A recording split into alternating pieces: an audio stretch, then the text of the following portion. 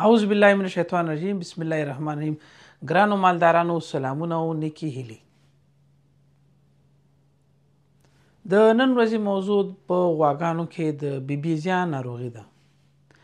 دا ناروغي په افغانستان کې ډیره زیاته عامه ده. دا خصوصا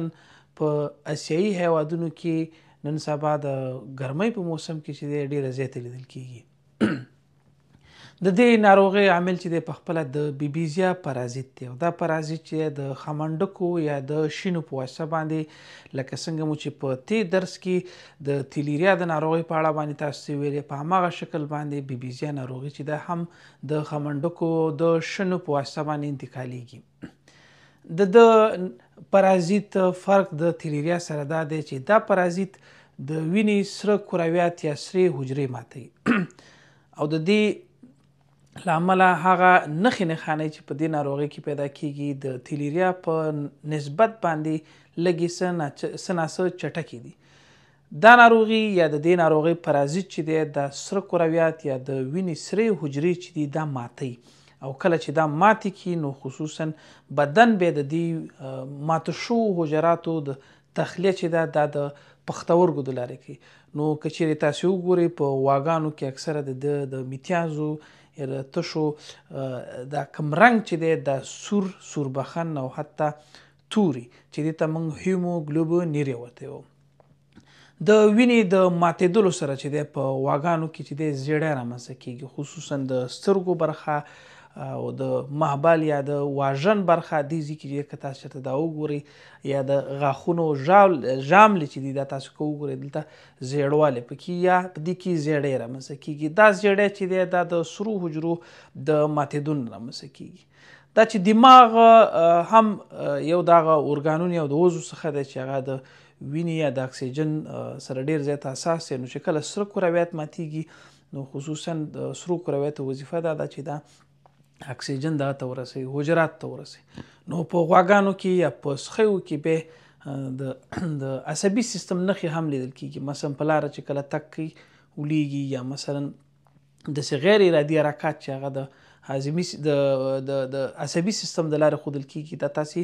په څارویو کې لیدل کیږي. هغه خوسکي تازه زیږېدلي خوسکي چې هغې د مور شوده یا د مور ورږه خصوصا د زیږون وروسته ورږه په صحیح شکل باندې ونه خوري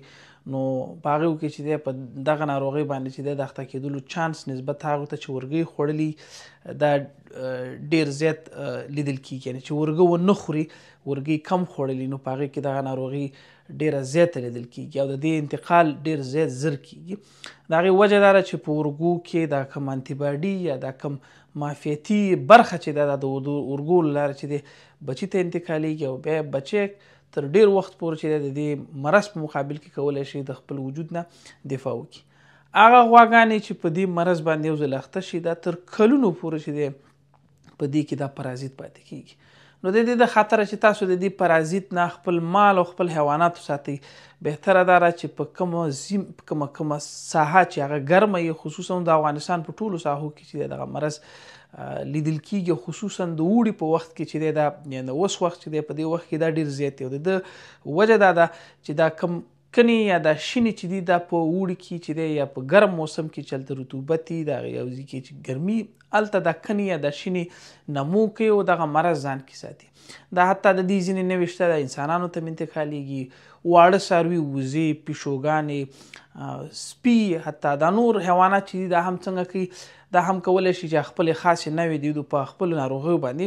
اخته کړي. نو که تاسو چېرته په کور کې څاروي لرئ او غواګان لرئ، حتما د وخت په وخت باندې چې دی د خمنډکو یا د شنو چې دی سپریګانې وکړئ په خپلو غوجلو کې یا په کومو ځایونو کې چې حیوانات ساتئ تر څو دغه مرض چې دی دغه انتقال نشي. ځکه که یو ځل د انتقال شو بیا د دې انتقال نه حتی بعضې غواګانې چې هغه بلار وي او په آخري وخت کې نو د دوی د سخت باعث هم ګرځي. د یوه د مخنیوي لارې د درملنې لارې دا ده چې تاسې باید مخکې د دې نه چې د درملنه وکړئ تاسو باید یو نږدې ډاکټر سره خبره وکړئ. ځکه بعضې وختونه داسې کیږي چې تیلیریا د تېر درس کې چې موږ تاسو ته ملاریا په نوم باندې دا ترشح کړله، هغه مرض بیبیزیا یو بل مرض چې دی د اناپلازما په نامه ته به زه بیا په راتلونکي درس کې دا درې واړه مرضونه کله کله داسې چې دا یو ځای په یو حیوان کې تاسې که د تیلیریا تداوي وکړئ کیدای شي بیبیزیا درنه پاتې شي. نو د درملنې په وخت کې خاص تاسې خپل ډاکټر سره چې دی مشوره وکړئ تر څو هغه د حیوان د غوږ نه یا د بل کوم ځای نه وینه واخلي، هغه لابراتوار ته ولیږي او د لابراتوار د تشخیص نه وروسته چې دی بیا وګوري چې په دغه حیوان کې چې دی بیبیزیا ده او که تیلیریا ده. او دغه تیلیریا بیبیزیا تر ډېر وخته پورې چې دی حیوان کې پاتې کېدلی شي. نو هغه غواګانې چې هغه د دې میخانیکي انتقال هم کیږي، کله کله داسې چې مثلا یو تاسې یو څاروي ته چې هغه ناروغ څاروي او بیا په هماغه سرنج یا په هماغه وسپنه نیډل باندې بل حیوان ته چې تاسو ته تداوي وکړي یا غذایي مواد انتقال کړي، دا وبخښئ دوا انتقال کړي که نه ویې لګوي ورته، نو د دې سره چې دی دغه یو مرض د دې نه حیوان نه کولی شي بل حیوان ته لاړ شي. نو په کوم فارم کې یا په ځای کې تاسو که چېرته یو حیوان لرئ چې هغه د بیبیزیا تاریخچه ولري، نو کوشش وکړئ چې هغه حیوان د نورو حیواناتو نه چې دی بیل کړي تر څو دغه مرض او بیا د هغې سره احتیاط دغه وکړي، احتیاط سره وکړي چې مطلب د هغه کوم سرنج استعمالوي یا که له هغې ته القا کوئ، کومه دستکش تاسو استعمالوئ، یا مثلا تاسې په فارم کې چې د شینې پیدا شو نو وخت په وخت باندې خپل حیوانات چې دی دا کنټرول کړو، د شینو سپری یا دواګانې پرې ووایي تر څو د شینې یا د خمنډکې پیدا نه شي. نو دا مرض بیا په کوم حیوان کې په کومه غوا کې چې د هملته پاتې کېږي بیا بل ته نه انتقالېږي. نو د درملنې په حساب باندې تاسې که چېرته نږدې ډاکټر بیا راوغوښتو نو هغه بیا ځینې دواګانې دي چې هغه میډوکارپ ته ډیمنزین دي